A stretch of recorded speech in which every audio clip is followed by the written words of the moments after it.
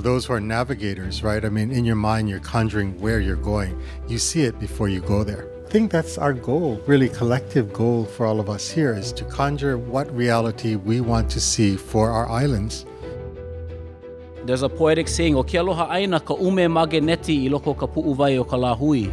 And it's roughly translated as this love of land is like the magnetic pull in the heart of the nation. If we can learn how to live on the islands, we can learn how to live on the island Earth.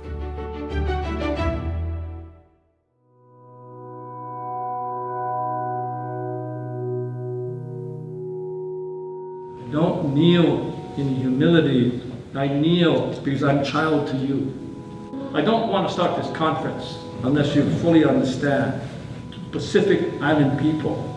We are indebted to you. How different a world would be if you didn't give us the gift of the Voyager. I thought it was only appropriate being the lowest on the totem pole to be speaking, because what I was speaking about was a challenge to the leaders, challenge to the chiefs. In fact, some of our islands are already underneath the water. Talk to Ben from Kiribati. There are islands in Marshall Islands already under the water. It is already happening. So if we don't do anything drastic right now, the whole Micronesia can be underneath the water. For us navigators, we can tell about the climate change because we always observe the water movement, the marine lives in it, how they go about, and also the weather pattern that we can tell it's totally changes now. When climate change is happening, it's not selecting between those who created it versus those who are the victims. You cannot control what the global community is doing, but you can control and build your own resilience.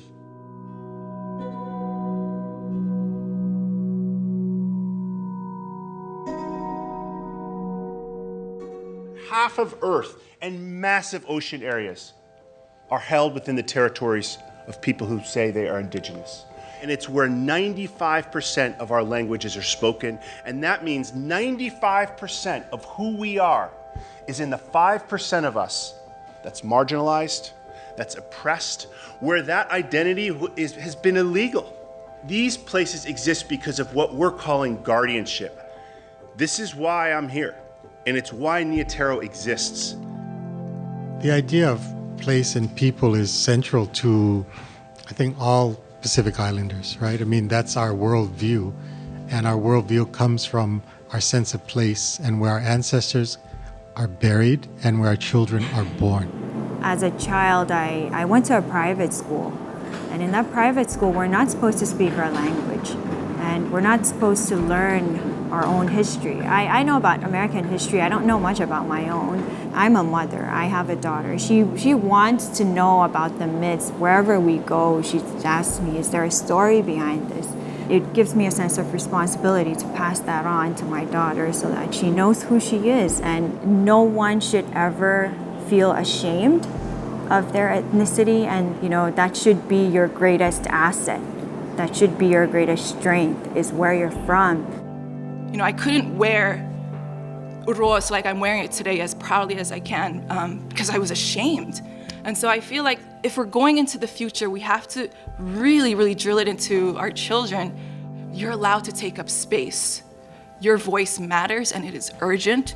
And we're allowed to be proud of ourselves because I feel like, as Pacific Islanders, we seem to confuse humility with devaluing ourselves. And it's not the same thing.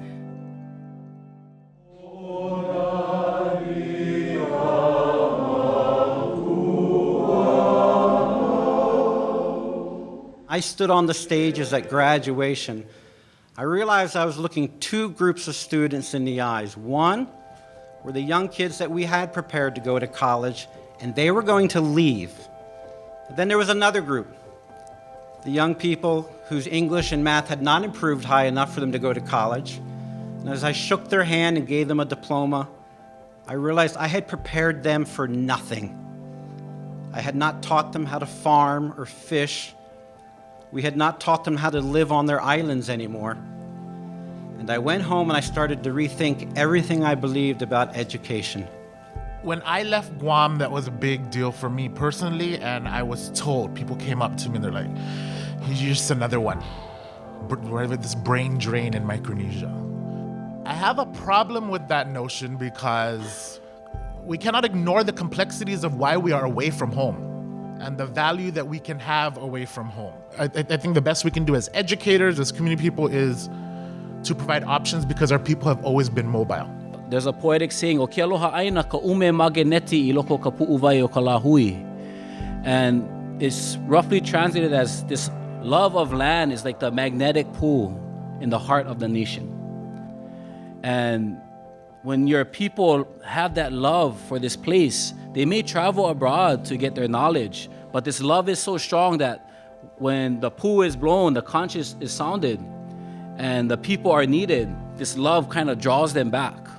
And they're able to share their skills that they were able to acquire abroad, and they bring it back home, and they contribute.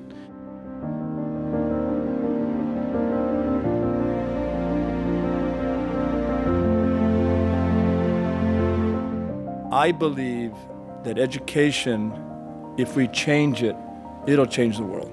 We are where we are because we taught our people to be that way.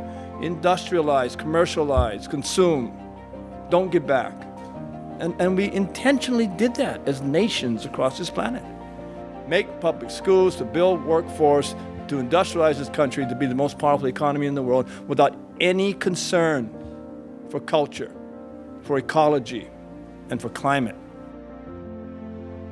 There really is sort of a tension between the Pacific monolith and the Western monolith, and I think a lot of the problems that we have stem from that tension. We need to shift our thinking about what model and what vision we need to be going for. In Palau, we have a saying that says, a child's upbringing starts in the home. That is the missing link that we're seeing today. Primarily in Palau, when a child reaches the school age where they're institutionalized, they should have already acquired characteristics of being a good citizen, being a good clan member, being a good Palauan. When we talk about education and the gaps and the limitations and the ceilings that we hit with indigenous communities that we happen to come from, the way that we're going to close the gap and break that ceiling is through our relationships. Through getting out of the classroom, getting out of the faculty meeting, getting out of that campus, and engaging communities and reciprocating. The 3,000 years of your guys' legacy, we're child to you. That legacy alone, embedded in that legacy, is the education that the world needs. It's about islands. It's about every single island should become a school. If we can learn how to live on the islands, we can learn how to live on the island Earth.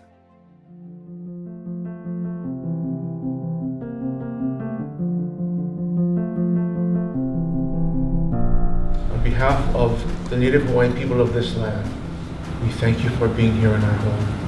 The thought that we get to be together with you, whether it's elsewhere or back here in June, is huge for us. It's amazing. And you would honor us again by your return here to Hawaii. If a child wants to go into voyaging, they can graduate from the University of Hawaii with a degree on voyaging, but there's no way we can teach them magic, and I think that's the heart. We can replicate the math and science, but if the magic goes extinct, we cannot get that back. If our cultures don't survive, if our islands don't survive, there is no culture. The arts and the culture is also the survival of our people. We have to, as navigators now, switch our mind from navigating our canoes to navigating a round canoe that is called planet Earth. We have all traveled through the bodies of many relatives to arrive here today. This place, time and space.